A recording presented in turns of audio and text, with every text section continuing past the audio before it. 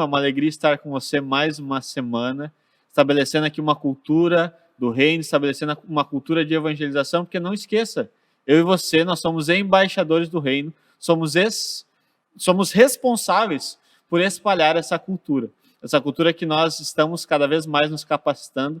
Esse é o nosso propósito. Nós sempre trazemos aqui convidados, pessoas que podem, então, nos inspirar, nos ajudar, nos capacitar para que nós possamos espalhar essa cultura. Se você ainda não é inscrito no nosso canal, quero te convidar a poder se inscrever, ficar por dentro de toda a nossa programação, ativar o sininho, porque assim o próprio YouTube notifica você da nossa programação, que ela é diária aqui no nosso YouTube, com lives, com transmissões, fazendo Deus bem pertinho de você. Toda segunda-feira nós temos o nosso podcast, mas outros dias nós temos também mais lives, mais momentos de oração, para fazer com que a palavra de Deus, fazer com que a presença de Jesus, a presença de Emmanuel, esteja bem pertinho de você. Participativo dos nossos comentários, porque você não está apenas assistindo, você está realmente aqui sentado à mesa junto conosco, você está aqui ao nosso lado, não é apenas o momento onde você assiste, mas é realmente o momento onde você participa. Então, se você não é inscrito, se inscreva, nos acompanhe nas nossas redes sociais, Instagram, YouTube, Facebook. A gente ainda não tem TikTok, o Nicolas ainda não aprendeu as dancinhas, mas ele está ensaiando. Aí vamos ver quando der a gente vai começar. Mas brincadeiras à parte, nos acompanhe nas nossas redes sociais para você ficar por dentro de tudo aquilo que nós estamos produzindo para você, em especial nesse tempo onde a igreja nos propõe mais oração, penitência, jejum, para que nós possamos nos preparar melhor para viver a paixão, morte e ressurreição de Jesus na Páscoa. Tempo da Quaresma, nós estaremos com uma programação toda especial. Por isso é muito importante você estar nos seguindo, estar nos acompanhando, para você ficar por dentro de tudo, não perder nada, porque assim o próprio aplicativo acaba notificando você, e assim fica mais fácil de você lembrar, tá bom? Já quero dar, então, início ao nosso podcast, dando as boas-vindas ao nosso convidado. Uma salva de palmas ao nosso convidado, Padre Felipe Mirapalheta. Seja muito bem-vindo, Padre. É uma grande alegria poder ter o senhor aqui conosco hoje. Obrigado, Bernardo. Muito obrigado pelo convite. Já quero deixar aqui com o senhor um presente da nossa loja, Seja Emmanuel. Inclusive, nós temos aqui alguns produtos, livros. Nessa quaresma, nós temos produtos especiais para poder realmente fazer com que a espiritualidade da quaresma, uma espiritualidade mais de reflexão, de penitência, possa estar viva aí na sua casa. Nós temos aqui alguns livros, enfim, imagens. Hoje trouxemos aqui, nós vamos falar depois um pouco, né? Imagem de um anjo, aqui também da padroeira da Paróquia do Padre, Nossa Senhora das Graças. Nós temos aqui livros, bíblias, imagens, presentes para você poder dar para sua família também no início desse ano. Aproveitar também a quaresma, aproveitar a Páscoa, nós vamos ter produtos todos especiais para esse tempo. Mas então, Padre, se apresenta um pouquinho para o pessoal, para quem talvez não conheça ainda o senhor, poder saber um pouco mais sobre a sua história. Muito bem, eu sou pároco da Paróquia Nossa Senhora das Graças, que eu vi que vocês botaram ali a imagem, né? Aqui da Diocese de Novo Hamburgo, aqui em São Leopoldo. Trabalho no bairro Feitoria ali. E tenho 11 anos de sacerdote, 11 anos de padre. Fazia jornalismo antes de entrar pro Olha aí, viu, seminário. Nicolas? É um sinal, hein? Vai que é um sinal de vocação. Tá vendo? Fazia jornalismo antes de entrar para o seminário. Quando entrei para o seminário, bem, comecei a vida vocacional. Hoje, além da formação fundamental da filosofia e teologia, tenho o curso de exorcismo pelo Ateneu em Roma, Regina Apostolorum, na verdade, e mestrado em teologia sistemática com pesquisa em angelologia bíblica. E agora estou fazendo o doutorado. Doutorado. Isso, estou fazendo doutorado agora. A tese diz respeito à pesquisa, a tese sobre linguagem simbólica. Então, estamos estudando um pouquinho mais. Que seria, só para a gente poder entender um pouquinho melhor. No doutorado, eu estou indo agora para uma tese, uma pesquisa acerca da necessidade do símbolo na transmissão do Evangelho. Legal. Em suma, impossível, haveria um déficit muito grande, né, na transmissão da mensagem do Evangelho sem o uso dos símbolos. Sim. Aí, vocês mesmos aqui usaram uma série de símbolos, né? sim, para comunicar algo. sim, Então, eu vou falar sobre a comunicação, a mensagem do Evangelho e o símbolo no doutorado. Ainda estou desenvolvendo ainda para deixar a tese mais afinada, né? sim. Traz um pouco já da sua formação. Você chegou a terminar o jornalismo ou não? Não, jornalismo, foi no meio do jornalismo que eu Que migrou pulei para para o o seminário. seminário. Traz um pouco da questão jornalística também, né? Da E, teologia, e também enfim, da todo arte, que no... sempre me acompanhou a vida inteira. Sim, Então, eu fundei uma escola de iconografia aqui na Diocese, iconografia bizantina. sim, Fui diretor da escola até este ano. Nesse ano, a direção da escola passou para o Murilo, que é consagrado da fraternidade, e eu fiquei só como professor, né? A mestra Rosalva, que nos acompanha desde o início da escola, também acompanha o Mosteiro da Transfiguração, acompanha também Florianópolis, outra escola, são 3 escolas que ela acompanha pelo menos, é quem também nos ajuda muito. Então, há também a escola de iconografia, que a gente tem desenvolvido esse trabalho muito bonito, da escrita dos ícones, né? sim, Aí a música também me acompanha por muitos anos. Então a arte, a música, então essa questão simbólica sempre foi muito presente, né, em toda a minha história. Então por isso o doutorado, eu saí um pouco do campo da angelologia e fui para a parte da linguagem agora. E nós vivemos num tempo em que a linguagem, de fato, ela está sendo muito visada, né? sim. Os diversos tipos de linguagem estão sendo muito visados. Então acho que é o momento da gente contribuir com essa reflexão. Sim. Deixa eu já trazer uma pergunta, porque aí entra talvez a minha ignorância, né? Mas, por exemplo, nós demos para o senhor, né, de presente, que eu acredito e vejo como um quadro, né? Sim, Seja, é sim. um quadro, mas algumas pessoas podem ver dizer, por não entender bem o que é, poxa, é um ícone, não é. Qual é a grande diferença de um ícone para um quadro? Porque tudo bem que talvez, porque está numa madeira, está parecido com alguma coisa, algumas pessoas vão dizer, é um ícone, Sim, né? Porque, sim.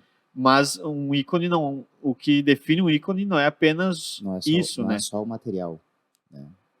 É também. Sim, Então, a diferença de um ícone, aí nós temos que entender a diferença entre arte sacra e arte religiosa, né? ok. Existe a A arte, gente pode começar um pouquinho mais atrás, não tem problema. existe a arte sacra, litúrgica, e a arte religiosa, piedosa. Ambas são positivas, ambas fazem bem para a nossa fé, mas possuem funções distintas. Uhum. Às vezes, quando eu explico a diferença entre arte sacra e arte Lembrando que a gente está falando da arte cristã, religiosa, né? Existem outros tipos justo, de arte, justo, enfim. justamente. Às vezes as pessoas acham, então a arte religiosa seria... Não, não é isso.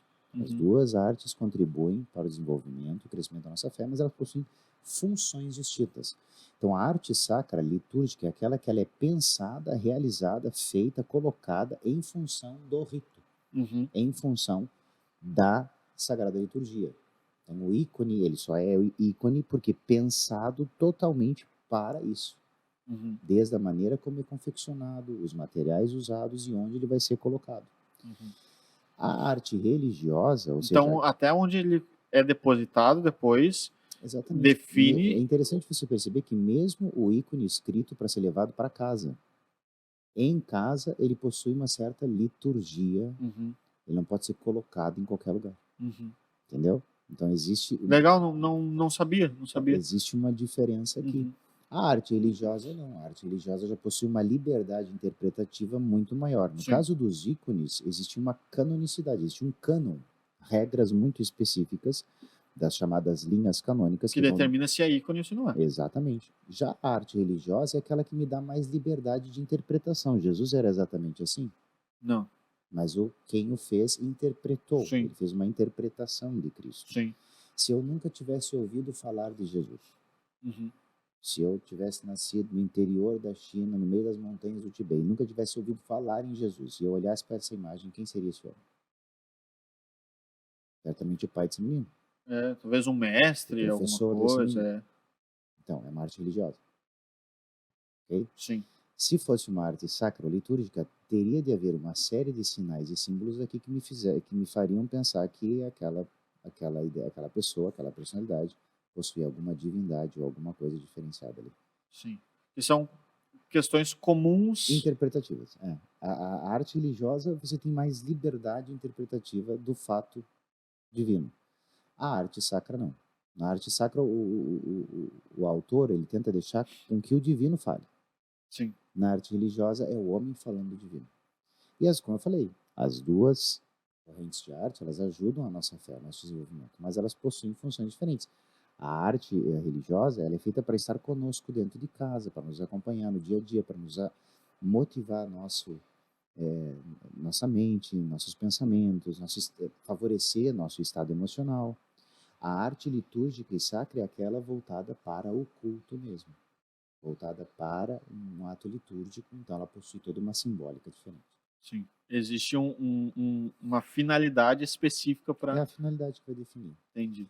Por isso, muitas vezes, uma arte religiosa pode ser considerada sacra, Uhum. se colocada, feita, colocada né, e confeccionada para o culto litúrgico. Entendi. Então, não é o estilo que vai definir também se uma arte é sacra ou religiosa. É o como ela é confeccionada, para que e onde é colocada. Mas uma arte sacra não necessariamente é um ícone. Não, mas todo ícone Todo ícone é sacro. necessariamente tem que ser sacro. Ele foi feito, pensado e confeccionado para isso. Entendi. Não tem sentido um ícone ser escrito fora desse contexto. Agora, nem toda arte religiosa é sacra, mas toda arte sacra necessariamente acaba sendo religiosa. Sim, sim, sim. Falando em arte, antes da gente continuar, quero agradecer. Como é que é o nome, Nicolas? De quem nos deu as xícaras? Agradecer ao Cornélio, lá de Parobé. Ele que nos presenteou com essas lindas xícaras aqui do nosso podcast. Sei que você presenteou já várias vezes o Nicolas também, né? A gente foi mais modesto aqui, porque pro Nicolas ele dá com a foto do Nicolas. Aí ele tem que tomar café olhando para ele, né? É muito amor. Aí não... essa foi com o nome do podcast, mas muito obrigado, Cornélio. Padre, a gente depois vai poder falar um pouquinho mais sobre o senhor, assim, mas eu acho que a gente entrou numa coisa bem, bem legal, que é sobre a questão da arte, né? E falar sobre arte de um modo geral, também sobre arte religiosa. Por que eu digo isso? Há um tempo atrás, hoje talvez isso seja mais tranquilo de se falar dentro da nossa comunidade, né? Uhum. Eu não sei nos outros lugares, nas outras realidades, porque não estou nessas realidades. Mas olhando dentro da nossa realidade, é uma coisa mais tranquila de se falar, né? Mas eu lembro no meu tempo de grupo de jovens, enfim, onde sobretudo entrava muito a época ali onde o pessoal começou a fazer 15 anos, né? Aí começou as festas de 15 anos, começou essa questão. E aí entrava sempre, que música que pode, que música que não pode. E, mas qual é o problema? Essa música, mas não é que necessariamente eu acredito na letra que está se falando naquela música, mas ela é legal, ela é engraçadinha, ela é boa de se dançar, sei lá, seja um funk, um sertanejo, um pagode. Não necessariamente, naquela conversa a gente falava em específico, não necessariamente de um estilo musical, né? Mas falava sobre músicas em geral. E a gente começou sobretudo, com algumas realidades muito mais presentes, como o funk, por exemplo, né? Começou a falar muito mais sobre isso, de mostrar que não era simplesmente uma música, que trazia uma mensagem consigo, ainda que na letra diretamente não trouxesse uma mensagem ruim. E você pode trazer uma mensagem positiva dentro desse ritmo, assim como nós temos tantas. Hoje, infelizmente, ou enfim, né? Hoje não se tem mais tanto. Mas antes se tinha outras músicas onde trazia uma mensagem dentro desse ritmo. Hoje você não percebe mais tanto. E aí a gente foi pesquisar, sobretudo nessa questão da arte. Porque música é arte, né? Música e arte. E a, a música, ela sempre acompanha alguma coisa, né? Eu sou músico, para mim, música é muito importante, né? Eu faço muita coisa com a música. A música, muitas vezes, ela pode mudar como eu estou me sentindo, né? Total. Então, eu estou feliz e de repente escuto uma música triste, melancólica, aquilo mexe com as emoções, né? E aí nós fomos estudando, tudo mais, qual o surgimento da música, onde que ela começa, por que ela começa. E aí a gente foi mostrando assim para os jovens, que eu era na época, né, um deles na época, e para as outras pessoas, enfim, a grande questão que o que é a música, né? E o que aquele ritmo trazia consigo. Não apenas a, a letra, mas porque a música não é só uma letra, né? Ela é um conjunto. Ela é um conjunto todo. E tem, inclusive, depois o pessoal quiser pesquisar, tem um corte de um podcast. Na verdade, essa pessoa já foi mais de um podcast falar sobre isso, que é um baterista, é o Aposan.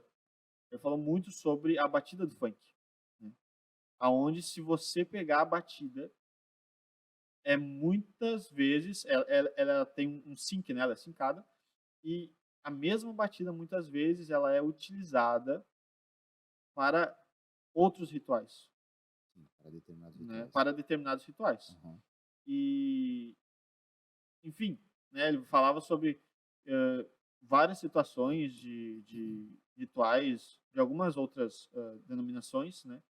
E aonde muitas vezes acontecia, por exemplo, aquilo que nós, como católicos, entendemos que é uma possessão, uma manifestação do espírito diabólico. Uma fenomenologia que Isso, não corresponde isso, com a nossa exatamente, fé. né? É. Então, acho que se o senhor puder falar um pouco também sobre isso, porque, como o senhor falou do doutorado, o senhor está falando sobre essa questão da Da linguagem linguagem também, né? simbólica, justo. Porque, Dentro da própria angelologia se fala muito sobre, se fala sobre música quando se estuda os anjos. sim, Né? Os anjos são associados à música na Sagrada Escritura. se o senhor puder falar um pouco mais sobre Claro, isso. claro. Talvez seja interessante nós começarmos de novo, assim, sempre do início, né? Sim, claro. O que significa arte? Ars, do latim. E de ars eu entendo, sabe? Depois a gente vai falar mais Não, ainda. mas eu digo, o que significa a palavra ars? A arte, no latim, ela é sobretudo, Bernardo, serviço. Uhum, Ars significa serviço. Se toda arte, na raiz de sua origem, ela é um tipo de serviço, toda arte é um instrumento de comunicação. uhum. Todo tipo de arte comunica alguma coisa. Existe para algo.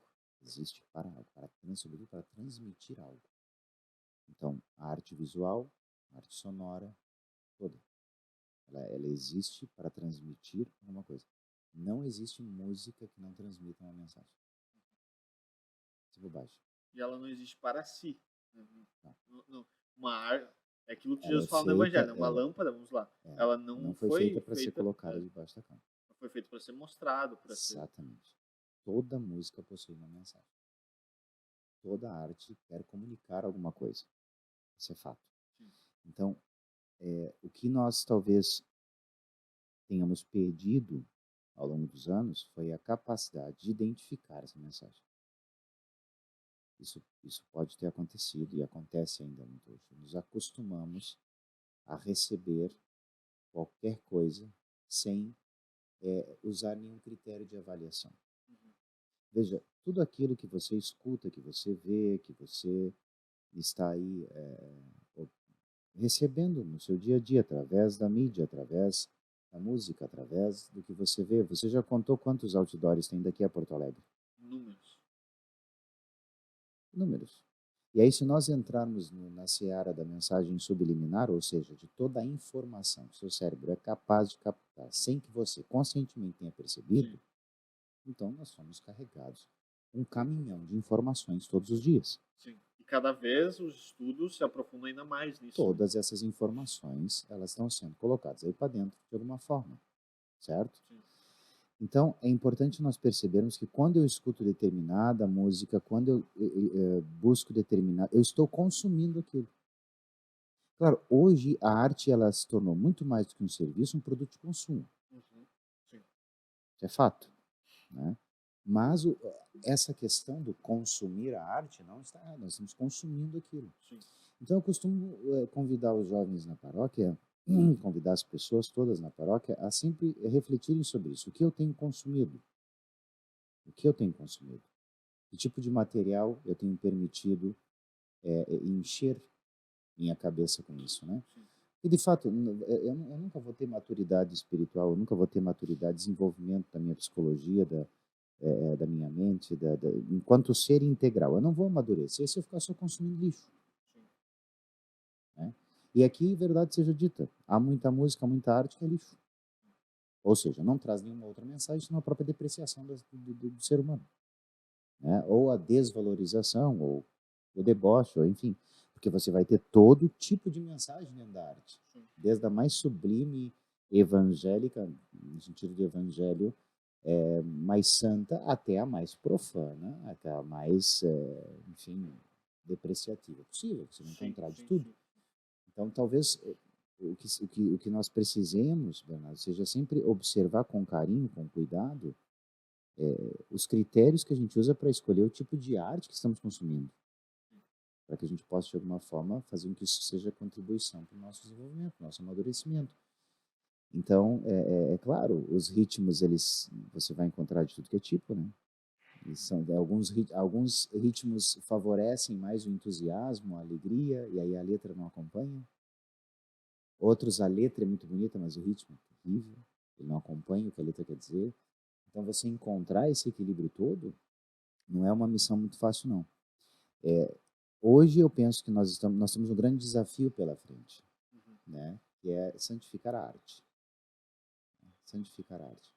Trazer novamente para a música, para tudo, essas características de santidade. E eu estou falando da música profana aqui, né? Porque a música sacra ela já é feita para aquilo ali. A música litúrgica já é feita para o rito, ela já é feita para, né? Mas eu penso que é muito importante que nós pensemos no desenvolvimento de uma cultura em que a música profana seja santa. E quando eu digo santa, não digo que necessariamente fale de Deus. E quando nós estamos falando de profano, não é que Seja necessariamente. ruim. Sim, Não, profanos que não foi voltado para o rito. sim. É Hum, só para o pessoal poder. Justo, não é Sim, profano que é sim. ruim, né? Não, na etimologia da palavra simplesmente diferencia aquilo que não foi voltado para o culto. Então Sim. vamos chamar de secular para ficar mais fácil. No meio secular, a música secular, eu acho que a nossa grande missão é trazer letras que favorecem uma boa cultura, uma cultura de vida, uma cultura de amadurecimento para a nossa música secular, né? Houve uma época que fez bastante sucesso aquele sertanejo universitário. Não sei Uhum. se tu. Sim. Não sei, hoje eu não sei como é que tá isso, mas faz um tempinho já, né? Quando eu estava ainda um cursinho aí pré-vestibular, quando estava trabalhando no jornalismo, teve uma onda assim do tal do sertanejo universitário. E o que mais me admirava é que tinham muitas letras ali que falavam sobre amor, falavam sobre relacionamentos, mas sem aquela depreciação, Sim. sem, né, da sofrência, que nem diz, né? Sem falar de traição, sem falar de necessariamente bebida, sem falar necessariamente de adultério, mas falando de um amor sincero, de alguém que está sofrendo porque está longe ou coisa assim. Então, é possível sim você trazer mensagens positivas mesmo no meio secular. Acho que esse é um grande desafio que a gente tem hoje, né? Sabe? Trazer valores cristãos, valores católicos aí para o nosso meio secular. Mas o fato é esse: tudo aquilo que eu estou ouvindo, tudo aquilo que eu estou vendo, eu estou consumindo. Eu estou colocando para dentro. E isso Sim. tudo vai influenciar, isso tudo vai fazer com que isso se reflita de alguma forma depois nas minhas escolhas, nos meus pensamentos, na maneira como eu encaro as situações. Às vezes eu nem me dou conta disso. Sim. Né? Eu gosto de dizer que, por exemplo, que nós estamos num ambiente que tem ar-condicionado, né? Ar-condicionado ele cria um ambiente, ele modifica um ambiente. A gente chama de É. climatização. Né? E a música é da mesma forma, né? Muitas vezes nós escutamos muitas coisas e que na primeira vez que nós escutamos a gente pensa, nossa, terrível, que horror. Só que a gente vai se habituando com aquilo, né? Exatamente. Hoje é algo comum nós pensarmos em traição. E aqui eu digo no âmbito geral, né? Eu não estou dizendo Mas esse nas nossas vidas, é mas um exemplo muito claro. Sabe o que mais me assusta, Bernardo? É nós ter se acostumado com o feio. sim. Uma vez eu vou te contar um negócio. Eu era seminarista ainda. Se a senhora ver o podcast, ela vai talvez lembrar disso. E eu era seminarista e nós estava limpando a igreja. Sim. E eu não vou dizer igreja, tá? Tá, para não entregar tudo. Não vou entregar tudo. E lá tinha uma imagem, uma determinada imagem de um determinado título de Nossa Senhora. Cara, a imagem era medonha demais. Tem algumas imagens, Cara, a imagem era medonha. tem algumas imagens que são realmente não nos favorecem a rezar, né? Rapaz, aquilo era uma mistura, sabe Deus o quê? De pé grande, com ET, jogaram um troço ali e chamaram, botaram um manto branco em cima daquele bicho, disseram que era Nossa Senhora, tá ligado? Eu olhei aquilo e falei, cara, que coisa mais horrível aqui. E aí eu fui, nós tava limpando, assim, e aí na hora que eu tava vindo com a vassoura, eu disse assim, cara, Deus vai me perdoar. Eu vou dar uma vassourada. Eu de propósito, eu dei um cutucão assim. E aí aquela imagem foi para frente e voltou e foi para frente. Nisso aquela senhora voou do outro lado da igreja como se ela fosse uma ninja assim, para segurar a imagem e salvou a imagem. Disse: "Olha aí, tu não viu que você quase derrubou a imagem?" Ela disse: "Tá louco?" E aí eu não me aguentei e falei: "Antes tivesse caído." Quase que o senhor deu uma vassourada na mulher. E aí, Antes dela pegar a aí imagem. ela pegou e disse: "Mas que pecado! Que pecado quebrar a imagem de Nossa Senhora." Aí eu disse assim: "Não, a senhora me desculpa, pecado é a senhora me dizer que Nossa Senhora parecia esse troço aí. Dizer que Nossa Senhora parecia esse negócio aí. Isso é pecado." Aí quando eu falei isso, ela parou e olhou assim. Ela ficou olhando. Ela ficou olhando para a imagem e falou assim: "Ó, ela é feia, né?" Eu falei: "Ela é feia, minha senhora. Ela é muito feia, mas Nossa Senhora meio vesga, meio birolha. Uma coisa meio horrorosa." Então, só que o que aconteceu? Porque alguém deu aquela imagem e ela tinha um significado para aquela determinada pessoa, então tinha que aceitar, tinha que colocar dentro da igreja e obrigatoriamente ela agora representar. Nós não podemos aceitar esse tipo de coisa. Entendeu? Quando for para representar Nossa Senhora, Nosso Senhor, um santo, tem que ser bonito, se não é bonito, não é para a igreja.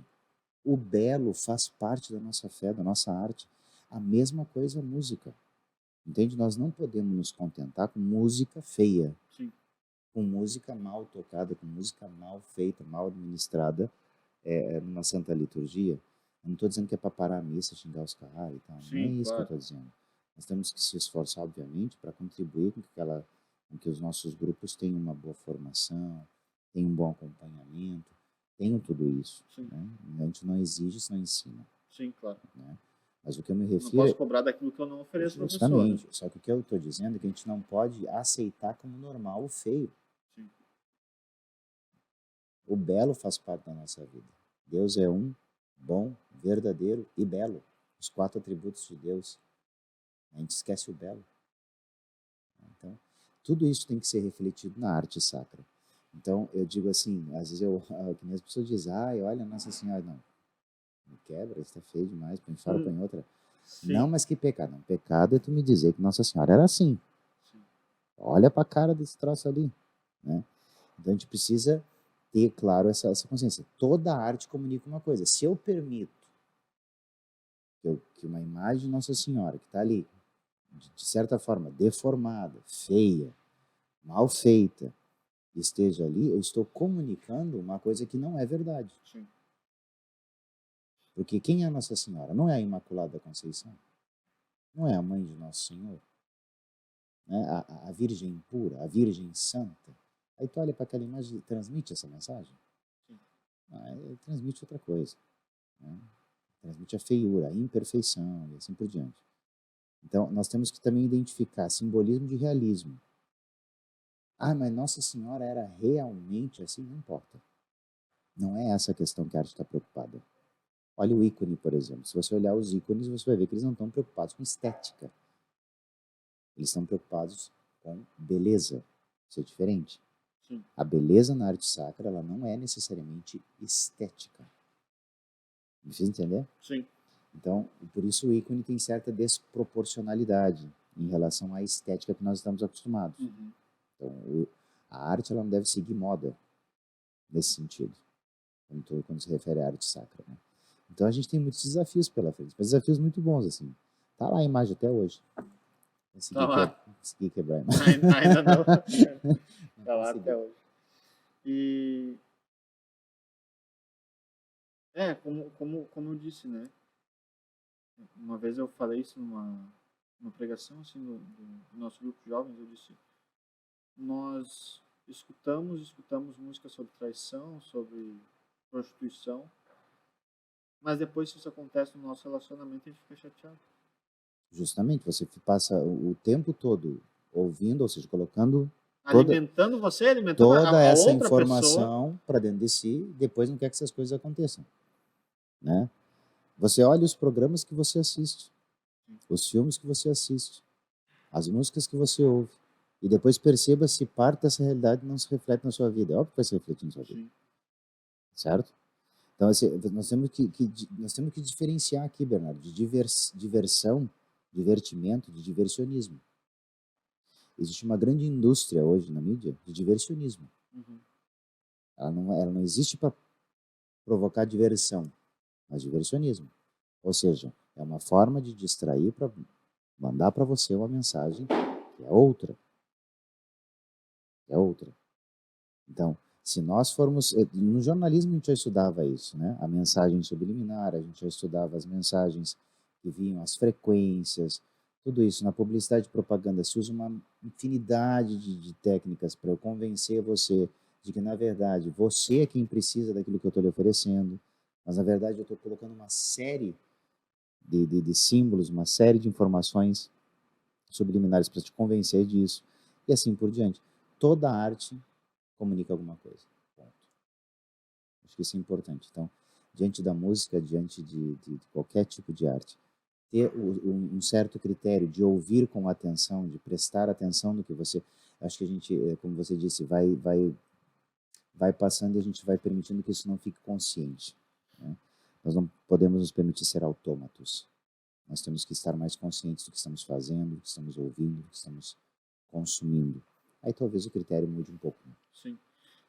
Existe um perigo muito grande e uma confusão sobre quase que uma dualidade, né? Onde a pessoa, seja no domingo, seja algum outro dia, junto ao domingo, né? Talvez, o dia que eu participo de um grupo de oração, mas ao domingo que eu vou à missa, ou somente ao domingo que eu vou à missa, nesse dia eu sou sagrado. E, existem algumas pessoas que estão tão já imersas nessa cultura de promiscuidade, enfim, que não conseguem nem isso, né? Mas existe um grande perigo das pessoas que participam da igreja. Isso eu posso fazer dentro da igreja. Então, sei lá, essa roupa é a roupa de eu ir à igreja, né? Essa roupa aqui eu não devo usar dentro da igreja, mas eu posso usar. Eu posso usar numa festa, eu posso usar em Só que aí quando a casa. pessoa usa essa roupa que ela não vai na igreja, essa roupa, ela não dá sinal algum de que ela é uma pessoa que sequer pisou dentro da igreja. Isso, exatamente. Então, é exatamente nesse ponto que eu quero chegar. Porque essas músicas eu não devo... imagina, pegar a mesma música, a mesma letra, vamos dizer assim, e... essa música eu não posso adorar a Deus. Mas dentro da minha casa eu posso colocar. Eu acredito que o grande desafio, Bernardo, que temos hoje, no que diz respeito à evangelização, e aí entra toda a questão da arte, é a sociedade fragmentada que nós vivemos. Não só uma sociedade fragmentada ou polarizada em diversos fundamentalismos de esquerda, de direita, de um lado, de outro, mas fragmentada no sentido de dividida interiormente. Uhum. Eu acho que muito pior do que as divisões exteriores, as polarizações políticas, as divisões, sejam elas intra ou extra-eclésia, no sentido de movimentos ou ideologias. Acho que muito pior do que essas divisões externas é quando a pessoa interiormente ela é toda fragmentada. Uhum. É como você mesmo diz, ela é uma aqui e outra ali. Ela possui uma dificuldade imensa de integrar a fé dela com as diversas realidades da sua vida. E o segredo para a santidade está justamente aí. O demônio é muito esperto, né? O segredo da santidade está justamente aí. Em justamente conseguir integrar a minha fé toda a realidade da minha vida, né? Então, quer dizer, se Jesus não pode me acompanhar Depois que eu saio da porta da igreja, em todas as outras esferas da minha existência, tem uma coisa errada. Existe uma frase que eu costumo dizer para a minha gurizada lá da fraternidade, que é a seguinte: se a tua espiritualidade ela não amadurece a tua personalidade, você precisa reavaliar a sua espiritualidade. E quando eu digo que a espiritualidade ela deve amadurecer a minha personalidade, eu estou dizendo que a minha espiritualidade ela precisa permear, ela precisa atravessar todas as outras realidades. E aqui eu não estou falando de um fanático que fala o tempo todo em Jesus, eu não estou falando de uma pessoa que precisa andar com a Bíblia debaixo do braço fazendo tudo. Não é isso que eu estou dizendo. As pessoas confundem muito isso. Eu posso sim iluminar toda a realidade da minha vida com a minha espiritualidade, fazer tudo na presença de Deus, sem necessariamente falar em Deus o tempo inteiro. As pessoas confundem com estar na presença de Deus com o falar em Deus o tempo todo. Não precisa. Aliás, é insuportável uma pessoa que fala em Deus o tempo todo. Chega a ser chato. Mas é ou não é? Sim. Porque justamente sou superficial. Sim. Porque não é isso que Deus quer. É que, né, a gente diz, quem é, não precisa dizer. Exatamente. Quem é, não precisa, eu faço tal coisa. Exatamente. Então, se você precisa dizer, é porque então Exatamente. você não está aparecendo aquilo. Bernardo, eu tirei uns dias de férias e fui pra praia. E eu gosto muito de pescar. É mesmo? Sim. Ok. Eu gosto de tarrafiar e agora comecei há pouco tempo a pescar com vara. E consegue pescar. Graças a Deus. Porque tem gente que gosta de pescar, mas é só por passar o tempo lá, eu acho. Porque A minha não família pesca toda é natural de Rio Grande, então a É. gente é tudo da Praia do Cassino lá. Então o mar, a praia sempre foi um ambiente de muita familiaridade para mim. Eu muito gosto presente. muito presente. Então, tarrafiar eu já tarrafiava, aí comecei a colar. Então, peguei minhas coisas e fui, hoje estou aqui descansando. Mesmo nas férias eu gosto de celebrar a missa todos os dias. Então acordo cedinho, celebro a missa, tomo café da manhã, faço as minhas orações, aí leio um pouquinho, dou uma descansada, de tarde vamos pescar. Vou lá pescar. Né? Aí como é que você acha que eu vou pescar? Não é de Klesman nem de batina. Não, talvez até de Klesman, mas não é de batina. Mas se eu precisar colocar uma batina ou um Klesman para ir ali na praia pescar, então tem alguma coisa errada. Não, mas é que o sinal é importante, tem que usar. Mas você também precisa ter o equilíbrio e o contexto, a maturidade de saber ser quem você é, independente deles. Sim. E eu vou te dizer uma coisa. Estou eu lá pescando. Um senhor veio conversar comigo, como é que tá lá, porque lá tá mais ou menos, não sei o quê. Não deu 5 minutos, 10 minutos de conversa, o senhor perguntou, o senhor é padre? Por que ele perguntou aqui para mim? Eu não estava usando nenhum sinal. Tá com aquele chapéu, camiseta. Inclusive, queria ficar disfarçado, né? Quietinho assim, né? Sim, sou sacerdote, nos cumprimentamos, conversamos. Então, onde é que eu quero chegar com isso? Entende? Eu posso levar aquilo que sou, aquilo que vivo, em todas as outras realidades que eu vivo. O sinal ele é importante, ele tem que acompanhar a gente, mas você tem que também saber que você não depende disso o tempo inteiro. Você precisa, Deus ele pode me acompanhar, ele deve me acompanhar. A minha espiritualidade, ela tem que permear a minha vida em todas as outras realidades. Eu não posso ser um dentro da igreja, um fora da igreja, um assim. O cara vira o quê? Um cabide de máscaras? Sim. Quer dizer, eu coloco uma máscara em cada realidade, em cada situação que eu vou, eu coloco uma máscara diferente. Não, o cara tem que ser o mesmo. É o mesmo. Né? Então, não tem nada, cara, não tem nada mais gostoso do que você estar pescando na beira da praia e rezar um terço. Sobretudo para que venha peixe, entendeu? Pedindo para Nossa Senhora. Pedindo intercessão, né? Manda só um peixe, hoje tá difícil. Ou então, quando você vai tarrafiar, eu brinco muitas vezes, eu pego a tarrafa, daí você vai com água até a cintura, antes de tarrafiar, eu olho para cima e pergunto para Jesus, para qual lado? Para qual lado, né? Para puxar cheia. Você está entendendo? Em tudo que você faz, você pode trazer o Senhor, você pode trazer o Emanuel, a presença de Deus em tudo que você faz. Sem a necessidade de estar de modo assim aparentemente superficial, tem que estar reafirmando, né, as suas convicções.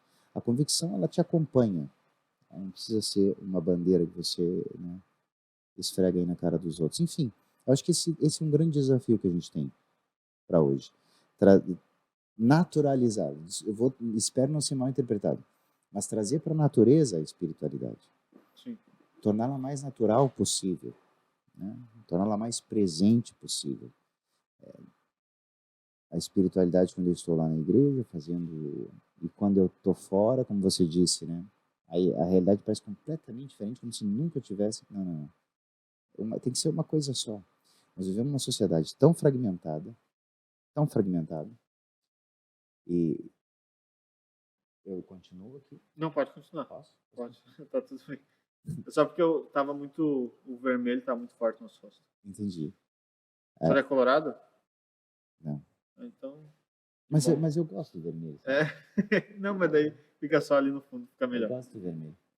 Então, eu vou continuar aqui, né? A Sim. gente vive numa sociedade, ela vive tão fragmentada, interiormente, exteriormente, que a gente vai, como você mesmo disse, se acostumando com uma vida dupla, uma dualidade. E eu vou te dizer, Bernardo, às vezes a gente nem se dá conta disso. A gente já está vivendo uma vida dupla. Dupla não no sentido de estar fazendo alguma coisa errada ou coisa assim, mas nesse sentido de que a gente adota um comportamento em determinado lugar e o outro completamente diferente em outro lugar. É uma. Como se fôssemos duas pessoas, assim. É Então, tudo muito superficial, né? é um grande desafio. Dentro ainda disso, padre, acho que a gente poderia falar um pouco daquilo que a gente estava conversando antes. Né? Porque eu percebo hoje um movimento, né, de forma geral, assim, né? Existem a retomada de algumas práticas mais piedosas, enfim. Mas eu percebo que existe ainda uma grande ignorância disso. Eu faço determinada oração, faço determinada prática, faço determinada penitência. A gente vai já entrar um pouco na questão da própria quaresma, né? Uhum.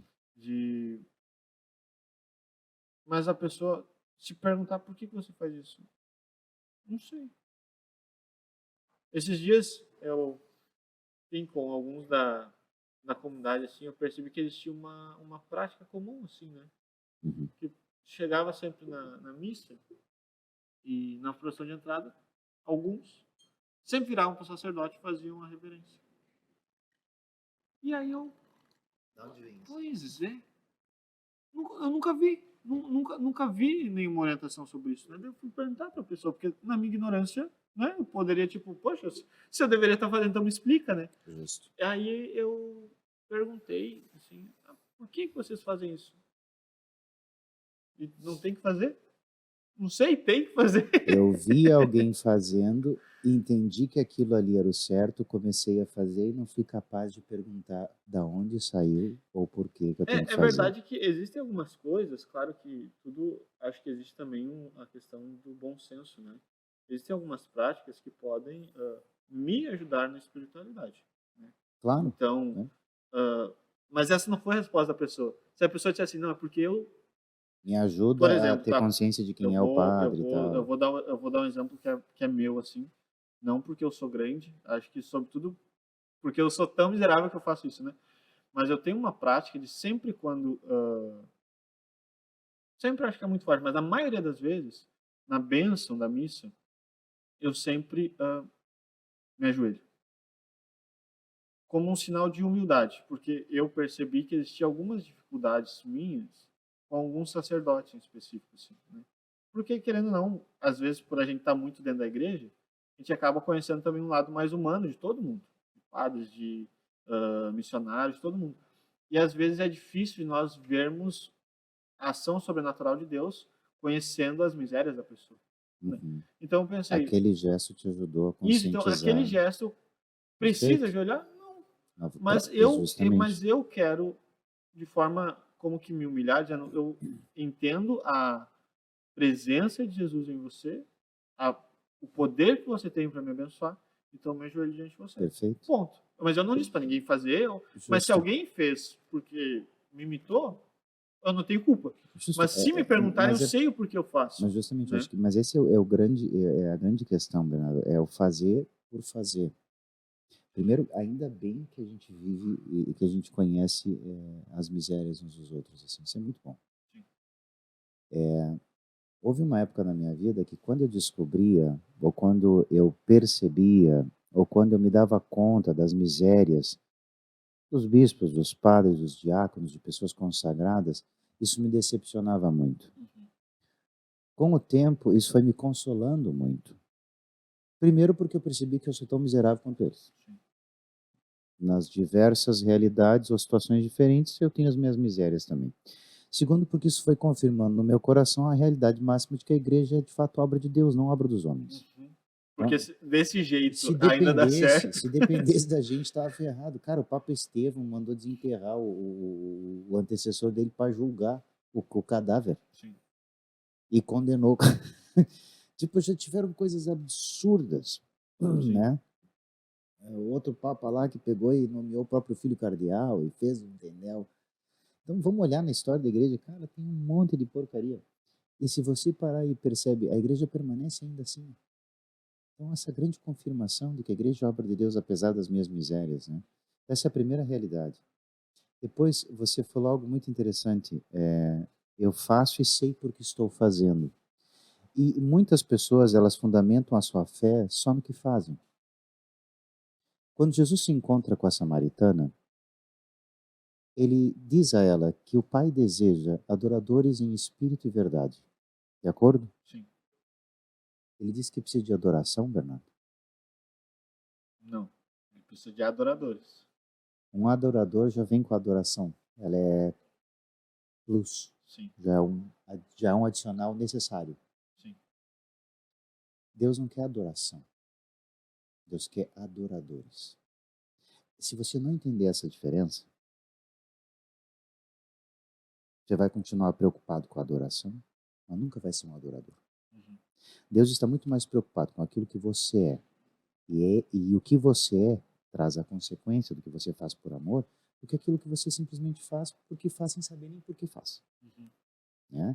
É que nem teve lá na paróquia assim, eu percebi que de uma hora para outra as moças todas começaram a botar véu. Não sei se você já notou, aqui na nossa diocese tem um movimento bem grande assim. Sim. As moças começaram a botar véu. Eu achei aquilo curioso, porque eu não falei nada. Ninguém deu essa orientação. E eu comecei a perguntar para uma ou para outra por que estavam usando. Sim. Algumas muito conscientes do significado, de que aquilo as ajudava a rezar melhor, e etc, etc. Outras, não, porque a outra fez. As outras estão usando e também eu estou usando. Eu disse, então, eu te aconselho a guardar esse véu, primeiro entender o significado dele, entender para que ele serve, compreender, até que isso tenha de fato um significado na sua vida. Então, senão, de novo, adoração, adorador. Sim. Compreende? E aqui eu não estou relativizando as práticas piedosas. Não, você pode muito bem fazer uma prática piedosa e no início até nem entender direito muito bem para que ela serve, aquilo vai ganhando um significado na sua vida, não há problema. Vai amadurecendo e vai entendendo. Exatamente. Né? Não é que você, não é que nós estamos dizendo para você não faça nada. Exatamente. Mas faça e procure entender o porquê faça. Procure entender por que está fazendo, justamente, para que isso tenha não só um significado, mas de fato esse significado contribua para o teu amadurecimento. Senão você vai ficar naquela prática externa, farisaica, dos mestres da lei, que faz por fazer, e não é isso que Deus quer. Deus não quer adoração, Deus quer adoradores. E para mim, essa diferença ela é fundamental para você entender o que Deus quer de nós. Um adorador já vem com adoração. Sim. A adoração por si só, uma prática assim... Até porque Deus ele não precisa da adoração para ele, né? No sentido de tipo, ele já tem a adoração perfeita. Os querubins, ele não muda nada. Os serafins, os tronos, as dominações, elas já realizam essa adoração perfeita. Deus não precisa de adoração. Ele quer, é diferente. Então, alcançar... Porque ele sabe o que aquilo faz em nós. Também? Não... Também? Né? Justamente. Eu quero adoradores em espírito e verdade. Eu não quero adoração, eu quero adoradores. Se você entende isso, você faz essa virada de chave, você para de se preocupar tanto com as questões externas e passa a procurar uma vida interior de fato. É claro que, como eu falei, os sinais todos precisam me ajudar externamente a viver a vida interior, mas eu não posso resumir a minha fé numa vida exterior. Senão, como a arte vai ser simplesmente estética, não vai ter ética. Né? E as práticas todas que eu vou buscar vão seguir muito esse caminho. Então, eu aconselho sempre buscar compreender o significado que você está fazendo. Isso é muito importante. Na nossa comunidade, nós temos esse sinal aqui. Uhum. A fraternidade vocês têm Esse um outro tem. sinal, né? Esse tem. E logo que... Primeiro não se tinha nenhum sinal, depois somente os consagrados, aí depois de um tempo todo mundo recebia logo que entrava, assim. E aí hoje se entende, né, há um tempo já, que em determinada etapa, depois de um tempo, você recebe. Porque se entendeu que é um sinal externo E de precisa algo que refletir. já está dentro. Exatamente. Então você não pode colocar para fora aquilo que ainda não está dentro. A Não grande tem como você pergunta, colocar um sinal externo de um sinal que ainda não vive a aqui em grande, você. a grande pergunta é por que você usa essa cruz? Por que você usa essa cruz? Esse dia eu perguntei para uma pessoa da fraternidade, por que você usa essa cruz? Ah, porque eu me identifico com o carisma. Pode tirar então. Ah, mas porque eu acredito no que isso aqui significa.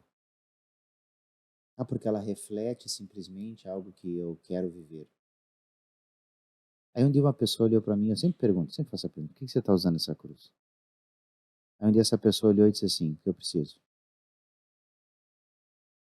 Ela reflete em si aquilo que eu busco viver, mas sobretudo o maior anseio do meu coração, que é o céu. Eu uso porque eu preciso, porque essa obra existe para me ajudar a chegar até lá. Significado para um, às vezes, não vai ser o mesmo do que para outro. Um disse, isso reflete o que eu já vivo. Outro disse, isso reflete o que eu preciso viver. Mas o importante é que esse sinal reflita Sim. algo que já está aí dentro. Então, esses significados todos, Bernardo, são muito importantes. A gente precisa ter o costume de refletir sobre isso, para não fazer as coisas só por fazer. Aqui eu posso fazer um desabafo agora aqui? Olha, eu só preciso de uma coisinha sua. Diga. Pediram que seu carro está trancando algum outro carro. Se o senhor emprestar a chave, os meninos Aqui, tiram. ó. Leva lá. Ele está atrás do sandeiro. É. Aqui, ó. Vai aqui, papai. Pede pro José tirar ali. Isso, ele está aqui atrás, filhote. Ó. Vou voltar, pode? Agora pode fazer o desabafo. Então, vou fazer o desabafo. Uma coisa para mim que, me desculpe, é algo que nós não deveríamos perder tempo, é discutir sobre a Eucaristia. Uhum. Uma coisa que me entristece demais, cara, é quando o pessoal começa a discutir se a Eucaristia tem que ser recebida na boca ou na mão, por exemplo. Uhum. Primeiro que, quando a Eucaristia começa a se tornar motivo e razão para a divisão, isso para mim já é obra do demônio. Me fiz entender? Uhum. Isso para mim já é obra do demônio. Este é um ato externo que reflete algo interior. A maneira como recebo o Senhor, ela precisa ser respeitada dentro daquilo que a própria igreja define como o correto. Como é que a igreja diz que a gente pode receber Jesus? Diz lá, de pé ou de joelhos, na boca ou na mão, correto? Correto. Então eu deixo com que o fiel siga a sua consciência. Agora, quando começa as discussões de que tem que ser assim, tem que ser assado, e começa a se brigar por causa da Eucaristia, nós estamos brigando por causa de uma atitude externa que reflete algo interior. Esta briga reflete algo muito terrível que há no interior de quem faz isso. Divisão. Fragmentação interior. Um cara que briga por causa disso, ele está todo fragmentado dentro de si. Ah, mas tu sabe que o certo é assim. Ok. Mas eu preciso ter a paciência para que aquela pessoa alcance essa maturidade e compreensão. E eu tenho que ter a paciência para que ela chegue até lá. Jesus agiria assim. Então, aqueles que falam de muita liberdade para um lado, se transformam em verdadeiros ditadores em outro. E aqueles que falam, né, sobre o que é certo aqui, não têm pudor em fazer algo errado para que esse certo aconteça. Uhum. Então, a fragmentação interior hoje é o que mais me assusta. Sim. E eu penso que nós devemos olhar com um olhar muito mais sobrenatural para o que está acontecendo e tentar fugir essa fragmentação exterior e interior. Pronto, falei. Eu acho que dentro disso, né, acho que revela muito, realmente, como o senhor disse, aquilo que, sei lá, talvez a imagem que a pessoa tem de si mesma, né? Porque sempre quando tem essas questões, assim, seja questões da Eucaristia, Mas isso é só um exemplo. Né? sejam outras questões onde a igreja existe uma orientação. Qual é a orientação da igreja? Pronto, o que está escrito ali? Aí a pessoa diz, não, mas isso aqui... Não, então você quer ser mais católico Ah, a mas o que não, não, igreja católica. mas o que não falta é gente mais católica que o Papa, mais católica que o Bispo, mais católica que o Padre. Isso não, Então, se existe ali, de novo, né? Bom, eu entendo que assim é melhor, assim é uma forma mais digna, mais sublime. Faça você. E o problema não está em você fazer. Se a igreja permite com que você faça. O problema é você querer impor que para todo mundo que faça do outra mesmo pessoa jeito. faça. Exatamente. E se a outra É. pessoa não fizer, ela é pecadora, é herege, é... Isso nós estamos falando palavras bem tranquilas, É, né? justamente. Para não Isso, entrar em isso outros me preocupa. elogios que rolam, né? Isso me preocupa, Bernardo, porque se nós não fizermos uma reflexão sadia e não aprendermos a falar sobre isso, a conversar sobre essas questões, nós vamos só aumentar cada vez mais a divisão, a fragmentação, esse tipo de coisa, essa polarização. Isso vai ficar cada vez pior. Quanto que, na realidade, a gente tem que aprender simplesmente a conversar e a compreender o processo de desenvolvimento. Existem certas comunidades, certos lugares, em que é um costume super comum receber a comunhão na boca há anos, muito antes dessa discussão chegar. Né? E o pessoal sempre aprendeu assim e faz assim. Aí tu vai chegar lá e tu vai dizer que está errado, que não sei o quê. Como em outros lugares, sempre foi assim que o povo, foi assim que eles aprenderam a fazer, foi assim que ensinaram eles, a compreensão deles é essa, receber Jesus na mão bom, agora você vai condená-los ao inferno. Bom, você precisa de um processo de amadurecimento. Eu preciso respeitar o processo de amadurecimento de cada pessoa, Bernardo, senão a coisa não dá certo, né? Se eu plantar aqui um alface e aqui uma cenoura, as duas não vão estar maduras no mesmo tempo, eu não vou colher ao mesmo tempo, né? Porque são desenvolvimentos diferentes, são processos diferentes. Você teve um processo de amadurecimento, eu tive outro. Você precisou passar por determinadas situações para crescer e amadurecer certos aspectos da sua vida, e eu precisei passar por outras. Se nós não soubermos olhar uns para os outros com a capacidade de conhecimento, capacidade de entendimento, vamos chamar assim, de que cada um tem um processo de amadurecimento, nós vamos continuar nessa cobrança imatura uns dos outros, achando que um tem que corresponder à expectativa do outro. Né? Expectativa é uma coisa, esperança é outra. A gente cria muita expectativa no bispo, muita expectativa no padre, muita expectativa, né, naquele outro, mas não temos esperança. Né? A expectativa é quando eu quero que o outro seja aquilo que eu quero. A esperança é quando eu permito que o outro seja quem ele tem que ser, no tempo dele, né? No processo dele. Então, essa capacidade, ela vem com a conscientização daquilo que nós estamos vivendo. Só que para a gente conscientizar isso, a gente tem que parar de ser entorpecido o tempo todo, de ficar consumindo lixo o tempo todo. E aí volta lá de novo para aquela questão da arte, estar consciente do que estamos fazendo. Também consciente de que não é só o que a gente faz que importa, mas é o que a gente é. Eu fiz uma costurada de tudo que a gente conversou até Sim. agora. Né? Para entender a relevância do que a gente está conversando aqui, que é importante isso aqui. Então, tudo isso vai ser, de novo, revisto ou revisado, ou ser incluído num exame de consciência, agora quando chegar a quarta-feira de cinzas, né? Sim. Que é o momento, para mim, mais especial da igreja, né? Que aparece. Sim, dentro disso ainda, acho que é muito importante também as pessoas se colocarem o direito da dúvida, né, dentro daqueles a quem elas escutam. Não simplesmente criticar, no sentido de apontar o dedo e tal. No direito não de ser privilégio. Isso. Privilégio da dúvida. Mas de se perguntar, poxa, até aquilo que nós estamos falando aqui, né? A pessoa dizer, não, mas espera aí, deixa eu ver realmente o que eles estão falando. Não, olha, que eu acho que eles não estão falando conforme diz e tal, por isso, por aquilo. Mas, porque, sei lá, né, vamos dizer assim, eu, uma pessoa aleatória, porque é o padre Felipe que está falando, é a verdade absoluta. Não, mas espera aí, como nós falamos, nós temos falhas, nós erramos, nós somos pecadores, nós temos misérias e não queremos errar, mas possivelmente em algum momento erraremos. Né? E a pessoa, não é porque nós falamos, e existe um problema nisso, porque tá na internet, então tá certo. Aí o meu pároco, o meu líder está lá na minha paróquia, há anos fazendo um serviço, há anos se doando para aquilo, Mas porque veio alguém mais famoso na internet e disse que é o contrário. Então vou fazer o contrário. É. Sabe, Bernardo, que a internet ela tem dois lados, né? Um lado muito positivo e um lado muito sombrio, né?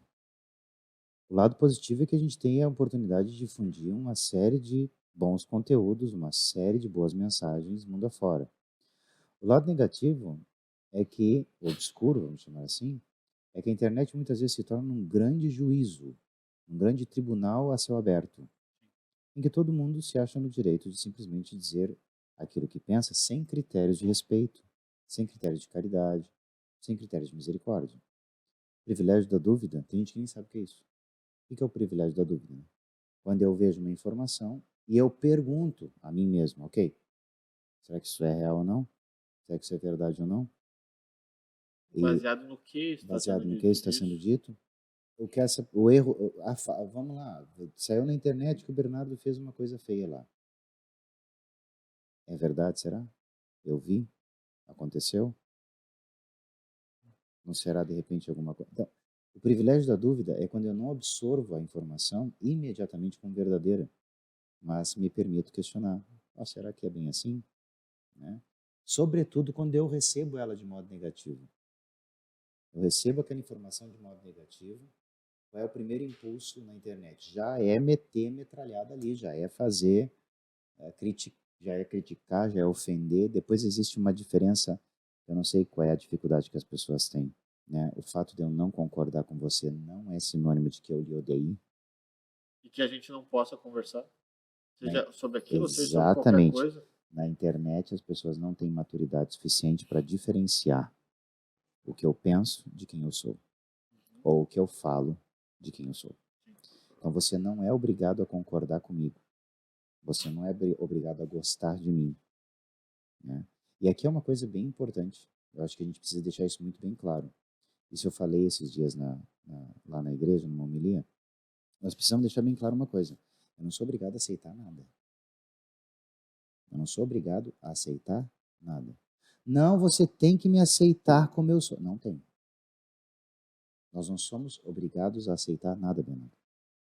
Então, você não é obrigado a aceitar os meus erros, as minhas escolhas, a minha posição política, a minha opinião, o meu pensamento. Só tem uma obrigação: respeitar. Então, eu não sou obrigado a aceitar teus erros, tampouco tua opinião política, ou tuas posições, ou tuas palavras, mas eu sou obrigado a lhe respeitar. E as pessoas não sabem fazer a diferenciação entre aceitação e respeito. Então, eu não sou obrigado a concordar com você, mas eu sou obrigado a lhe respeitar. Então, quando nós entramos numa situação social, o que são as redes sociais? Nós temos que colocar como critério que nós vamos encontrar diversidade de pensamento, de opiniões, que vai haver confrontos no sentido de ideias, mas o que nós não podemos perder é a questão do respeito. Respeito. Meu pai dizia lá em casa, você pode dizer o que você quiser, para quem você quiser, na hora que você quiser, nunca de qualquer jeito. Você pode dizer o que você quiser, para quem você quiser, na hora que você quiser, mas nunca de qualquer jeito. Sempre com educação, sempre com respeito. Né? O problema é que hoje nós temos essa fragmentação interior, se reflete nisso. Aquilo que eu penso, nossa, aparece lá eu não sei quando é que foi uma vez, e que saiu um Reels, um story, em que eu falei determinada situação, determinado pensamento de uma determinada realidade. Eu fui bombardeado. Bombardeado com críticas, mas assim, e se fosse críticas no sentido assim, padre, eu não concordo com isso que você está dizendo. Explica melhor isso aqui. Ou então, padre, isso que você falou, não entendi, ou não concordo. Não, não houve a chance. Foi ofensa atrás de ofensa. Então, e claro, eu não dei muita bola para isso. Senão a gente também tem que ter maturidade para saber lidar com isso. Né? Quando você se expõe na rede social, isso é fato. Né? Você vai ser criticado de tudo que é lado por pessoas maduras e imaturas. Você tem que saber lidar com isso. Mas ali, para mim, foi um reflexo dessa imaturidade que existe muito. A gente também tem que saber lidar com tudo isso. Né? Saber lidar com o, a mensagem que enviamos, mas também com o feedback que recebemos. Sim, temos que não no sentido gostar, mas saber que vai, porque hoje é uma realidade conhecida, né? Então, Uhum. já sabe que vai ser assim. Então, aquilo não deve nos parar, não deve nos amedrontar, né? Mas infelizmente nós sabemos que coisas vão acontecer nessa forma, né? Que nós sabemos como, não que nós apoiamos, não, mas nós sabemos que o sistema hoje funciona dessa forma, né, nas redes Justamente. sociais. Agora, eu sempre dou esse conselho. Assim, né? Esses dias, quando alguém diz para mim, eu vi um negócio lá na internet que o cara falou aquele cara falou um negócio muito louco. Tu já mandou mensagem para ele perguntando para esclarecer essa tua dúvida, para ver? Será que o que ele disse foi exatamente assim como você interpretou? Sim. Não sei. Então vai lá e verifica. Vai lá e verifica. Joga um pouco menos, reza um pouco mais. Cara, porque tem gente que gosta de criticar padre, né? Gosta de criticar bispo, gosta de criticar o papa, mas não põe 5 minutos de joelho no chão por esses caras, né? A gente tem o costume, assim, de querer ser os juiz da vida de todo mundo, mas ajudar, interceder é muito pouco. Sim. A gente tem que mudar essa chave. Sim. Tem que mudar essa chave. Mas falando um pouco sobre a quaresma também, que nós poderíamos dizer assim, para que nós possamos, primeiro, pedir que o senhor possa, talvez algumas pessoas nem sabem muito bem o que é quaresma, Uhum. né? E, enfim, o que nós podemos, como nós podemos viver uma boa quaresma e também por que nós devemos viver uma boa quaresma. Para mim, a quaresma é o tempo litúrgico mais importante que existe, sabia? É mesmo? É. Não sei se é porque meu aniversário sempre cai na quaresma. Que dia que é seu aniversário? É 12 de março, então 12 de março. sempre cai na quaresma. Eu sou uma pessoa assim, quaresmal. Assim.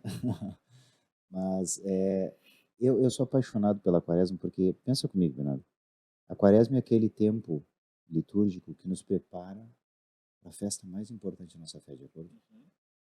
A solenidade mais importante da nossa fé, que é o Tríduo Pascal, ela é preparada pela quaresma. Então, a quaresma ela precisa ser tão importante por causa disso. Então, se esse é o período litúrgico que me prepara para a festa, para a solenidade mais importante, então ele tem que ser o período litúrgico mais importante. E aí você vê uma série de coisas bonitas, por exemplo, a gente começa na quarta-feira de cinzas, né? Aí você tem quinta, sexta, sábado, primeiro domingo do advento. E ela vai Da terminar, quaresma. isso, primeiro domingo da quaresma. E aí você vai terminar também com um tríduo, quinta, sexta, sábado, santos, domingo da ressurreição. Né? Você tem essas coincidências pedagógicas, vamos chamar assim, que a igreja coloca para nos ensinar a caminhar. E aí cada domingo da quaresma vai trazendo sempre uma temática de combate, de conversão. A quaresma, no fim das contas, ela traz para a gente essa realidade que é uma realidade praticamente escatológica. Uma luta e um combate que nós vamos levar para a vida inteira. Ela já começa com as cinzas sobre as cabeças e a fronte, né? Que simboliza justamente a nossa brevidade, a brevidade da nossa vida, a nossa mortalidade. Olha, recorda que tu veio do pó e tu vai voltar para o pó. Então, nesse intervalo de um pó a outro pó, é o tempo que nós temos para nos converter em amor, para nos converter ao Senhor, para buscar a santidade, para conquistar o céu com Ele, né? E a ajuda de Sua graça. Então, começamos já a quaresma de uma maneira assim forte. E depois vamos caminhando. A igreja nos recomenda 3 grandes armas, eu chamo assim, para o combate espiritual, que é a oração, o jejum e a caridade. Alguns chamam de oração, penitência e esmola. Mas é oração, jejum e caridade. Essas 3 práticas, elas se refletem como 3 instrumentos eficazes para a nossa conversão. É lógico que a gente tem que fazer, a gente tem que rezar, a gente tem que fazer penitência e caridade todo ano, né? Não só na quaresma. Mas a igreja nos recomenda a intensificarmos essas 3 realidades com verdadeiras armas espirituais. Tu vê que já começa a oração da quaresma, a quaresma já começa de uma maneira combativa. Se você olhar para a oração da coleta da quarta-feira de cinzas, ela vai dizer assim: concedei-nos iniciar com o santo jejum este tempo de conversão para que, auxiliados pela penitência, sejamos fortalecidos no combate contra o espírito do mal. Então, é literalmente ir para o deserto. Na quarta-feira de cinzas, nós vamos para o deserto, tendo plena consciência de que queremos combater o espírito do mal. Né? Então, se eu não tiver o pecado como o que ele é, se eu não colocar o pecado diante de mim como aquilo que ele é, e parar de ficar disfarçando, eu não vou fazer uma boa quaresma. Eu tenho que pegar o pecado, Bernardo, colocar na minha frente e olhar para ele para aquilo que ele é. Uma pedra no sapato, um estorvo, um incômodo, que me impede de chegar ao céu. Né? E buscar, olhando para ele, né? Usando as armas que a igreja me dá, que é a intensificação da oração, a penitência, seja o jejum ou outro sacrifício, e a caridade, a esmola, enfrentar este pecado, enfrentar este inimigo. Né? Padre, eu senti raiva, isso é pecado? Depende. Se for uma raiva contra o pecado, é uma raiva boa. Entendeu? Sim. Então, a quaresma é esse momento da gente direcionar nossas forças para esse combate, para essa batalha, contra o pecado, contra... E aí, aqueles grandes, os três inimigos da alma de São João da Cruz fala, né? A carne, o mundo e o demônio. Para isso, você tem essas três armas.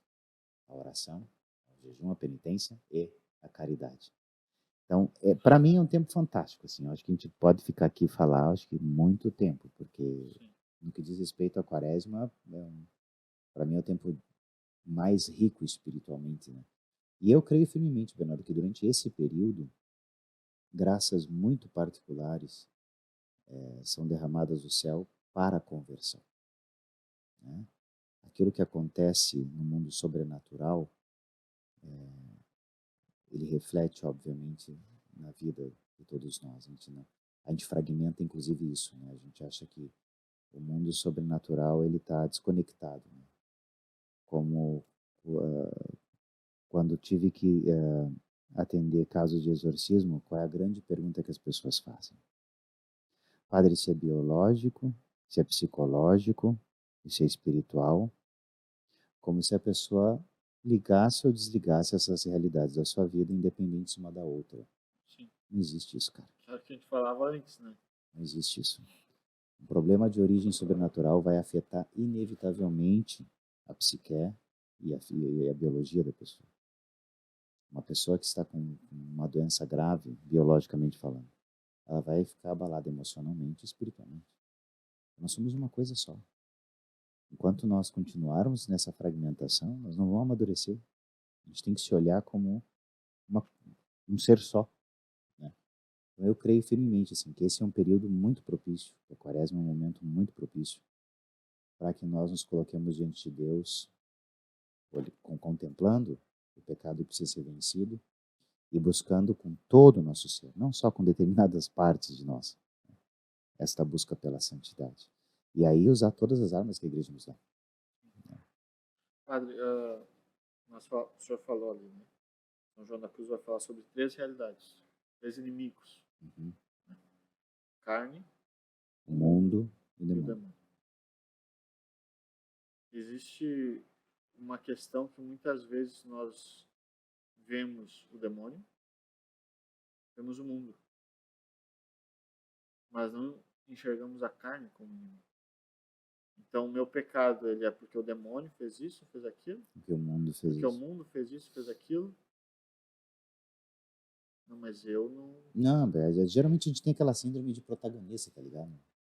A gente é sempre o certinho, o centro das atenções, o herói, o que não erra, o que... Quanto que boa parte dos nossos problemas é que são causados por nós mesmos, né? Não é nem pelo demônio, nem pelo mundo. Né? Boa... Eu falo isso porque eu acho que, claro que, como a gente falou, né, tudo tá ligado. Existem questões sobrenaturais, mas se põe muita coisa na conta do demônio, né? Tipo, o demônio, eu fico brincando assim, poxa, o demônio tá lá. Se coloca muita coisa na conta do demônio. Não, mas isso aí não fui eu que... isso aí não fui eu que fiz, não. Inclusive, eu acho que o demônio às vezes até se surpreende, né? Eu acho que o demônio olha e diz assim, bom, mas aí vocês foram até mais criativos que eu. Porque, sei lá, vamos falar sobre matrimônio, né? Existem casais que, porque o demônio não sei o quê, porque... mas você nunca foi capaz de sentar com sua esposa, com seu esposo, e É, conversar sobre uma realidade. tem muito E aí o casal que problema é o põe na conta demônio do que faz demônio. isso, o mundo que faz aquilo, porque o mundo está perdido, não sei o que. Não, mas espera aí. Que você, quanto você tem trabalhado, você, né? E eu acho que nessa quaresma, se o senhor puder, enfim, entrar um pouco mais nisso, mas como que nós podemos, acho que ainda trabalhar, porque é aquilo, né? O que nós podemos mudar? Nossa. Olha, isso que você falou é fundamental. O que nós podemos mudar? E você falou sobre os casais, e isso é uma coisa que eu também falo muito na Fraternidade de Ars. Não fuja das conversas difíceis. Entendeu? Não fuja, é para aquela câmera ali que eu tenho que olhar. Isso. Não fuja das conversas difíceis. Casais, não fujam das conversas difíceis. Para de colocar a culpa no demônio, na sogra, ou em qualquer um que seja, para a falta de coragem que vocês têm de sentar um na frente do outro e dizer o que está acontecendo. Não foge das conversas difíceis. Nós temos pessoas especializadas em identificar aquilo que as machuca. Já notou isso? Vida em comunidade aqui, Manuel, você sabe o que eu estou dizendo. Tem gente que é especializada em identificar aquilo que as machuca. Você me magoou, Bernardo. Aquilo que você fez me machucou. Aquilo que você fez me ofendeu. Mas esta pessoa precisa ter a mesmíssima capacidade de perguntar a si mesma: por que esta atitude, por que esta palavra, por que esta situação me afetou desse jeito? Sim. Então, antes de você dizer a si mesmo ou para outra pessoa: você me ofendeu, você me machucou, é importante que você olhe para dentro de ti, de si mesmo, e se pergunte: por que a atitude dessa pessoa me causou tanto mal? Sim. Por que essa atitude me afetou dessa maneira? Será que não mexeu com algum trauma? Não mexeu com alguma realidade que eu não estou querendo ver? Será que essa atitude não é reflexo de uma atitude que eu tenho e que eu não admito e não gosto em mim? E eu estou vendo refletido nessa pessoa? Né? Porque assim, ó, tu pode ter certeza, né, Bernardo? Uma pessoa não fez absolutamente nada de ruim para você. Só o jeito dela já te irrita. Você pode ter certeza que tem alguma coisa nela que é igual em você. O pessoal diz, o Santos não bateu. O santo não bateu. Eu disse, claro, é igual. Né? Tem gente que chega para mim e diz, pai, eu não gosto daquela pessoa. Só de olhar para aquela pessoa, eu não gosto dela. Eu falei, tu é igual a ela. Ai, que horror. Não tem outro motivo, então. Para a pessoa só existir e você já não suportar a cara dela, é porque ela é igual a você. E se você se olhar no espelho da sua mão, você não vai se suportar. Você vai ver as misérias que você tem, você vai ver aqueles defeitos que você não gosta, você vai ser obrigado a ter que lidar com isso. E a quaresma é um momento para isso. Então, para os casais, um bom conselho para a quaresma: não fuja da conversa difícil. Não fujam de uma conversa difícil. Né? Digam o que tem que ser dito. E antes de dizer o que tem que ser dito, se pergunte. Antes de pensar por que aquilo me ofendeu, me machucou tanto, pensa, por que isso me afetou tanto? Né? Que área? Que vaidade, que orgulho, que auto-aparência aí que foi mexida, que você não gostou. Deixe-se mexer por Deus. Não tem como se converter se Deus não mexer em você, cara. Não tem como se converter se você não deixar Deus fazer uma reforma aí dentro. E reforma tem que quebrar piso, tem que quebrar parede, tem que te arrancar. É a mesma coisa. Uma boa reforma no nosso coração, uma boa reforma na nossa vida vai exigir sacrifício, vai exigir dor, vai exigir mudança, vai exigir que a gente olhe realidades, situações que a gente não gostaria de ver, mas essa coragem vem e vem com o Espírito Santo. Nós precisamos crer, nós sozinhos não somos capazes. Eu, se for viver uma quaresma sozinho, essa quaresma é só porcaria. Agora, se eu convidar meu santo anjo da guarda, se eu confiar na graça do Espírito Santo, pedir a Deus que mostre com clareza quais as realidades, quais as situações que em mim precisam ser curadas, precisam ser transformadas, precisam ser, renovadas, então vai ser uma quaresma frutuosa. Né? Quaresma não é só esse período, esse é o grande período da quaresma que a igreja me chama a refletir sobre tudo isso. Então eu penso que a gente tem um tempo aí oportuno de conversão, oportuno de renovação, sabe? Eu sou muito suspeito, sou apaixonado pela quaresma. Na quaresma, cara, eu gosto de fazer uns exames de consciência violentíssimo. Eu gosto de fazer aquelas confissão geral, assim. Eu gosto de ir a fundo, de conversar sobre as coisas que mais me machucam, mais me atormentam, para que isso seja curado, levar para o diretor espiritual as questões mais violentas. Padre, mas eu estou fazendo terapia. Leva para o terapeuta também. Fala com o terapeuta os traumas, deixa mexer, deixa Deus de fato transformar a tua vida, porque eu creio firmemente que durante a quaresma graças muito especiais são derramadas para isso, para a conversão, para a santificação. Né? Não sei se eu estou ajudando, Bernardo. Estou falando Não, sobre tá, tanta claro, coisa que... com Mas certeza. tu que é casado, eu O... penso assim, para os casados eu sempre dou esse conselho, não foge da conversa Conversa difícil. difícil. Aquela frasezinha das completas, se eu não me engano, de quarta-feira, acho que é. Eu sou apaixonado. A leitura breve, né?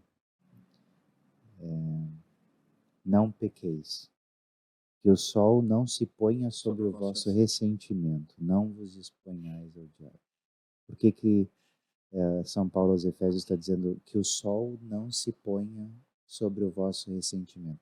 Toda vez que você vai dormir sem ter a conversa difícil que você deveria ter tido, você está colocando adubo em cima do ressentimento. E dali depois vai crescer uma árvore que depois vai ser difícil de arrancar. Sabe que na nossa comunidade nós temos isso nos nossos estatutos, né? E a gente brincou uma vez, poxa, então vou ter que fazer umas vigílias aí, porque vai demorar até eu me acertar. Mas então faz. Agora que o sol não se põe sobre o vosso Exato, culto, e né? às vezes é necessário justamente isso. E é daí que vem muito da motivação para as vigílias. A vigília é para ser cura. Sim. A vigília é para ser justamente um momento de colocar tudo em ordem. Padre, eu queria... Primeiro eu já vou deixar aqui, depois o Nicolas vai ter que se acertar ali. Porque acho que a gente tem um ambiente que a gente pode entrar só no episódio que é sobre angiologia, questão de possessão, enfim. Acho que vai desmistificar muita coisa, né? Sim. Mas antes disso, quero que a gente faça um episódio só sobre isso. Aí depois a gente vê com a sua agenda lá. Mas Dá um jeito, eu queria que a gente falasse um pouco sobre a sua fraternidade, né? Pra gente conhecer um pouco mais. Muito bem. Porque para o senhor apresentar também o que é de fato. Sim. Porque nem sempre aquilo que parece e nem sempre aquilo que eu sei né? Porque Justo. muitas vezes as pessoas dizem, mas eu achava que era isso, eu achava que era aquilo, o que é, o que não Muito é. bem. A fraternidade, ela é um movimento, que se estrutura como uma comunidade, assim como os focolares, como outros movimentos que possuem uma estrutura também comunitária. A fraternidade ela é chamada de ars, arte, ela tem um significado, cada palavra significa adoração, reparação e serviço. O carisma da fraternidade consiste em buscar a vida na presença de Deus através dessas três práticas, da adoração eucarística, dos atos de reparação e do serviço. E aqui leia-se o serviço como uma assistência direta aos sacerdotes, uma intercessão pelos sacerdotes e auxílio nesse sentido. Né? Então, Deus chamou um grupo de pessoas, através de mim, como fundador, o Padre Marco, da mesma forma, nós somos só instrumentos de Deus para isso, né? Mas o chamado é para estas pessoas, né? Para servir a igreja com a adoração eucarística e esses atos de reparação contra todas as ofensas, ultrajes, sacrilégios, indiferenças dirigidas ao Santíssimo Sacramento e com o serviço no que diz respeito, sobretudo, ao auxílio sacerdotal. Em suma é isso, filho. Nós nos encontramos uma vez por mês, temos as nossas, a gente chama de âncoras, são os propósitos diário, semanal, mensal e anual, e estamos caminhando num ritmo muito bonito de amadurecimento, né? Estamos na diocese aqui de Novo Hamburgo, né? Terminamos, não vai fazer muito tempo, os estatutos, agora estamos naquela parte de organização de todos os documentos para apresentar ao bispo, né? Mas de história nós já temos mais de 20 anos de história, desde o início da obra, com Sim. todas as reformas e tudo que De passamos, entender a vontade de Deus, né? até compreender a vontade de Deus, aí se vai 20 anos. Agora, me parece que estamos dando os passos definitivos de maturidade suficiente para então trazer à igreja local os estatutos, tudo direitinho, como pede o direito, né? Hoje vocês são uma fraternidade. Qual a diferença da fraternidade para a comunidade, para... Bom, a nomenclatura ela não é assim tão definitiva. Nós nos encaixamos dentro das classificações atuais em movimento eclesial, né? Porque você tem o formato de comunidade, você tem uma estrutura de comunidade, né? Pois é, a fraternidade tem a mesma estrutura. Aliança, vida comum, essas coisas assim, entende? Mas como você vai colocar isso no estatuto canônico, isso varia de acordo com cada realidade.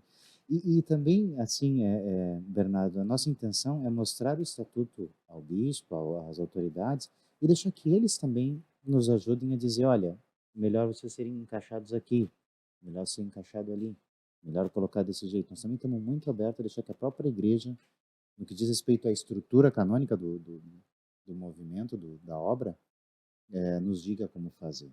Porque existem diversas maneiras hoje, né?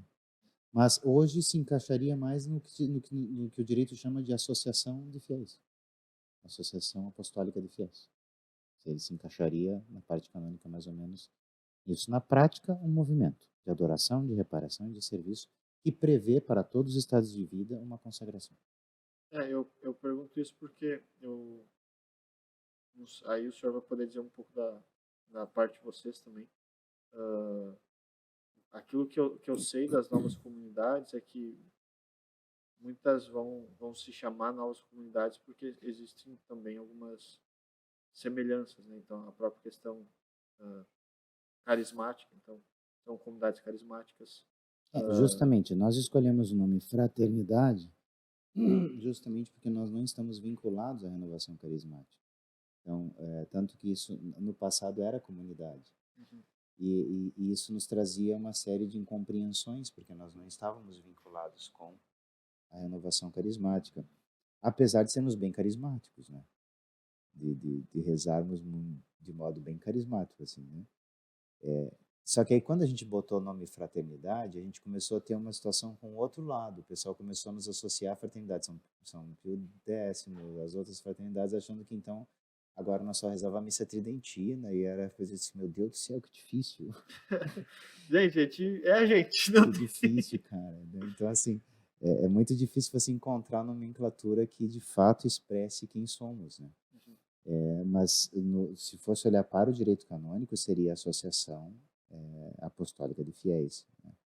Então, somos um movimento, só que o nome fraternidade não diz respeito a uma ideologia tradicionalista, apesar de nós termos um amor imenso pela tradição. Então, também não tem o nome comunidade, porque não estamos vinculados diretamente à renovação carismática, apesar de sermos profundamente carismáticos no nosso modo de ser. Então, acredito que estamos nessa fase canônica de descobrir a identidade, né? Nisso tudo até as nomenclaturas, né? Até a própria igreja é tudo novo, né? Isso, Exatamente. como disse, novas comunidades O é carisma é tudo... claro, a missão é clara, a obra tem tudo já, tudo muito bem definido. Agora a gente está naquela parte justamente do estatuto em que a gente tem que encontrar o nome certo para dar de acordo com o direito, né? Sim. Mas a Fraternidade de Ars é uma obra que foi sonhada por Deus. E com a graça de Deus vai trazer algum fruto para a igreja. Já está trazendo muitos frutos, né? Nós temos uma devoção, Bernardo, que é o Rosário da Adoração Perpétua, que é uma devoção própria, né? E que se alguém tiver interesse em conhecer, basta acessar o meu canal no YouTube, que ali tem os áudios que ensinam a rezar. E se quiser adquirir os rosários, porque ele não é propriedade nossa, apesar da gente ter elaborado e feito essa oração, a gente divulga para quem quiser. A gente também tem à disposição para vender esses rosários e inclusive ajudar a nossa obra. Então você tem os áudios no canal do YouTube e também ali tem os links para se quiser adquirir para aprender a rezar com a gente. Então, tem esse é um dos grandes apostolados que a gente faz, né? Hoje vocês têm a realidade, então, de... Aí o senhor, na nomenclatura, o senhor pode me corrigir, tá? Tá. Mas eu vou trazer para aquilo que eu Sim. conheço um pouco mais, que querendo ou não são as novas comunidades, né? Uhum. Então hoje vocês têm a realidade ali da aliança. Da aliança. Hoje não tem irmãos que vivem só dentro da... Os irmãos já estão se estruturando para isso. Estão se estruturando. Ainda não Isso. estão de fato, mas Não. estão caminhando para. Justamente. É a comunidade masculina, né? E aí, dentro dessa realidade, é para celibatários. Para celibatários. Casais participam da fraternidade? Muitos. Mas Muitos aí casais sempre no âmbito estão na da aliança. aliança. Alguns casais estão despertando o desejo de viver a vida comum, né? E aí nós vamos ter que sentar e discernir como fazer Entender isso. como é que vai ser, Como se vai fazer. ser... Justamente. Eu acho que esse é o bonito nessas novas obras de Deus, né? É o sentar e rezar juntos e entender a vontade de Deus para aquele grupo de pessoas, né? E nós temos mas a gente está fazendo um caminho muito bonito, assim. Muito bonito. Isso de escutar também a voz de Deus que se revela nas pessoas, né? Nós, na nossa comunidade, passamos por essa experiência com aquilo que nós chamamos hoje de terceiro elo. Uhum. Porque eram pessoas que não sentiam vocação nem para a comunidade de vida, nem comunidade de aliança, mas eu não quero só participar, eu quero ser algo a mais. Mas eu não me sinto chamado para ser comunidade de vida nem comunidade de aliança. E alguns deles, né, também até sinto vontade, mas tem algumas coisas que me impedem, né, algumas realidades, enfim, canônicas e tal. Como que eu posso fazer, né? Como que eu posso participar? Eu posso, não posso? Uhum. E começou a surgir essas realidades e aí a gente sentou, conversou, rezou, entendeu. Tem que escutar, né? Tem que sentar e escutar a voz de Deus para poder dar a resposta certa, né? E eu acho que isso é tão bonito. Eu acho bonito demais, porque cada filho, filha que entra nessa obra, que traz a sua vida para esse carisma, se identifica com esse carisma e permite que esse carisma transborde, ele também traz uma resposta, você já notou? Sim. Traz uma resposta consigo, traz um sinal consigo. Então, antes havia muita, de minha parte como fundador, muita ansiedade, muita preocupação em corresponder, e hoje já não mais, né? Hoje é tudo muito mais sereno nesse sentido. Deus vai trazendo maturidade também. Com muito mais calma, justamente. Você entende que para certas realidades você não precisa ter a resposta imediata. Depois, como a gente diz, tanto bater cabeça. Você tem que esperar e deixar que Deus responda. Então, agora nós fizemos aquele estatuto do movimento. Sim. Mas como é que vai ficar para a parte de vida, para a parte... Esse é o próximo passo. Vamos dar o próximo passo. Um passo de cada vez. É como a economia da salvação, né? Deus foi se Exatamente. revelando aos pouquinhos. Tem que ser, cara. Porque se ele falar tudo, a gente vai dizer, não, se a gente quiser não, fazer, obrigado. se a gente quiser fazer tudo do nosso jeito, ligeiro, não vai ficar legal. Se no início tivessem falado para o senhor que ia ter tanta dor de cabeça, tanta Eu questão, não teria ia ido, dizer, com certeza. obrigado, Teria pode pensado, passar para o próximo. Você tem que pensar 10 vezes. Mas eu também não posso negar as incontáveis alegrias, Claro, as incontáveis alegrias que Deus realizou através dessa obra. Eu sou muito feliz com a Fraternidade de Ars hoje, muito feliz, né? E realizado pela maneira como se manifesta o carisma desses filhos e filhas espirituais. E eu gosto muito porque nenhum deles diz é a obra do Padre Felipe. Cada dia que passa, eles vão assumindo cada vez mais isso. Eu acho que um grande erro, no sentido assim, mas geralmente isso é falado por maldade, né? Sim. Eu tenho o costume de, quando o pessoal fala da comunidade Manuel, eu não deixo que digam, é a comunidade do Padre Marco. Não, não fale assim.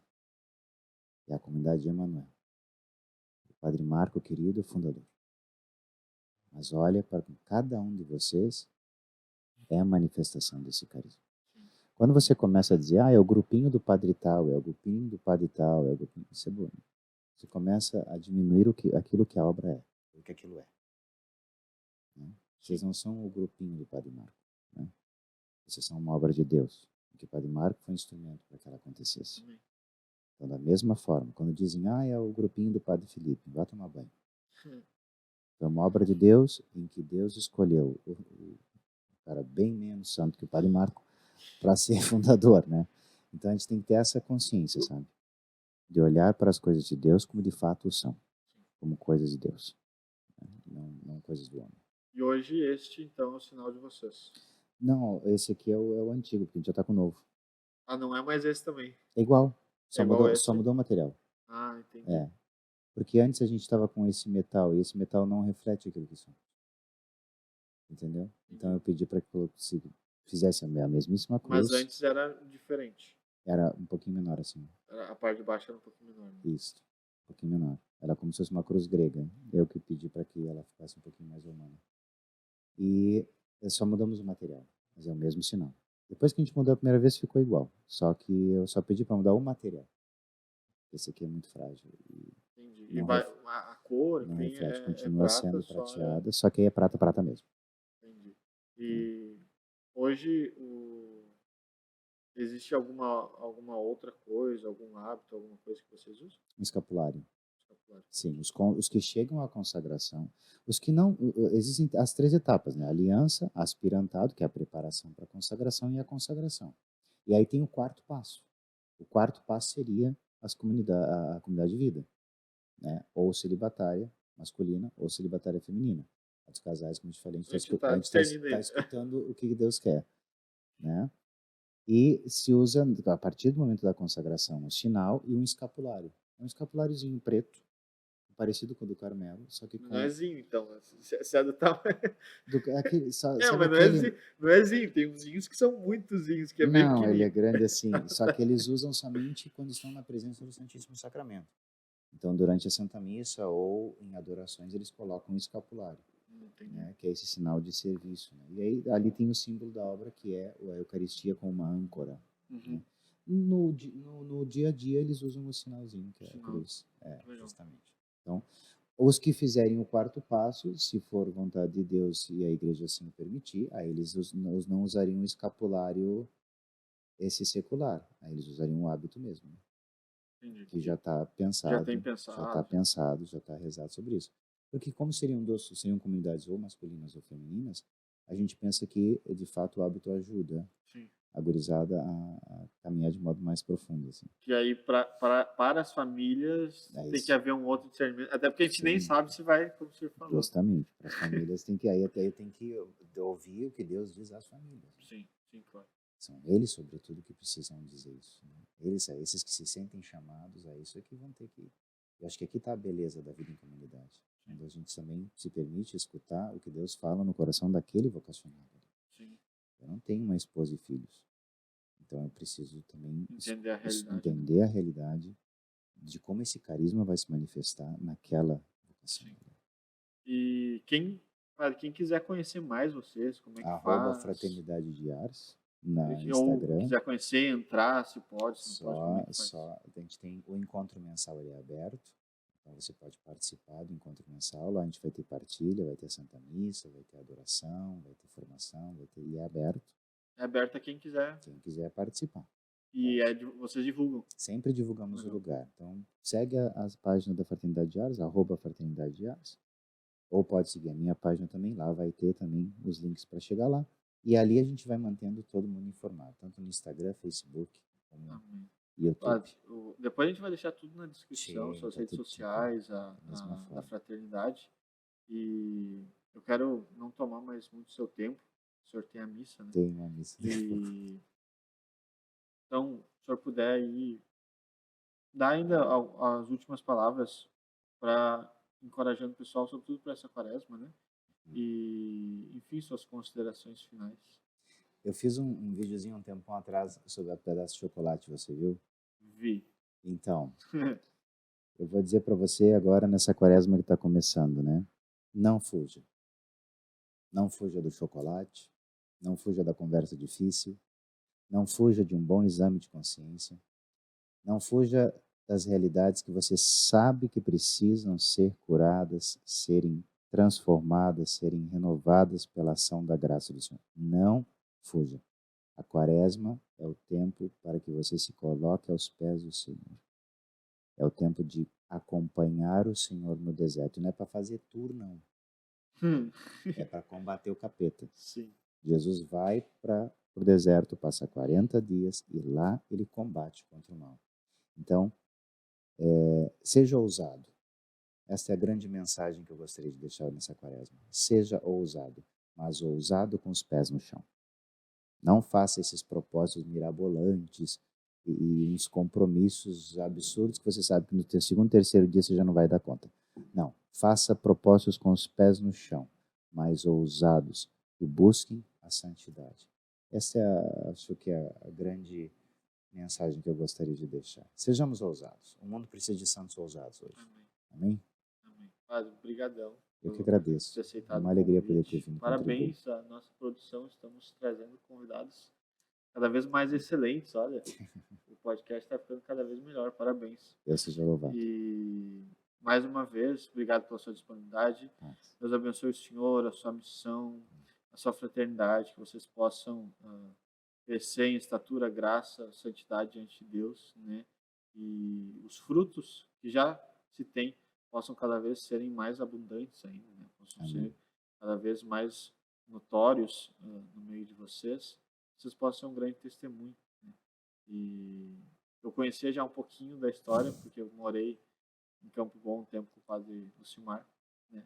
Então era bem a época ali que estava na transição, né? E enfim, eu já sabia ali que era adoração, reparação e serviço.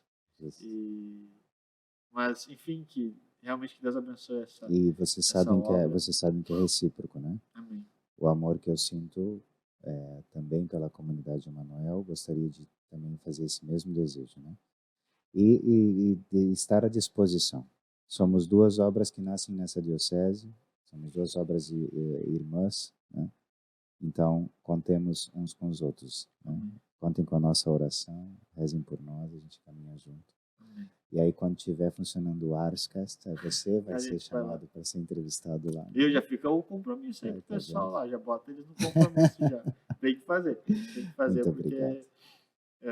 O silêncio dos bons é o holoforte dos maus, né? Então, enquanto, como a gente disse, não adianta a gente reclamar que está ruim, não adianta a gente dizer que as pessoas não têm informação, a gente não está oferecendo. Não faz a nossa parte, né? Justamente. Então, vamos nos esforçar por isso e que Deus possa cada vez nos abençoar mais. Se puder a bênção para a gente vamos encerrar esse episódio. Pedir a Deus que, por intercessão de Nossa Senhora, de São José, dos nossos anjos da guarda, Deus derrame sobre nós uma porção dobrada do seu Espírito, para que, neste período da quaresma que inicia, tenhamos a ousadia, a intrepidez, a coragem de combatermos contra o espírito do mal, de combatermos contra o pecado, contra tudo aquilo que nos afasta de Deus. E que esta bênção alcance o nosso coração, nossos propósitos e nossa vida. Em nome do Pai, do Filho e do Espírito Santo. Amém. Padre, obrigado mais uma vez. Obrigado por você que esteve aqui conosco. Deus abençoe você. Não esqueça, você é o embaixador do reino. Espalhe essa cultura. E nós nos vemos na próxima semana.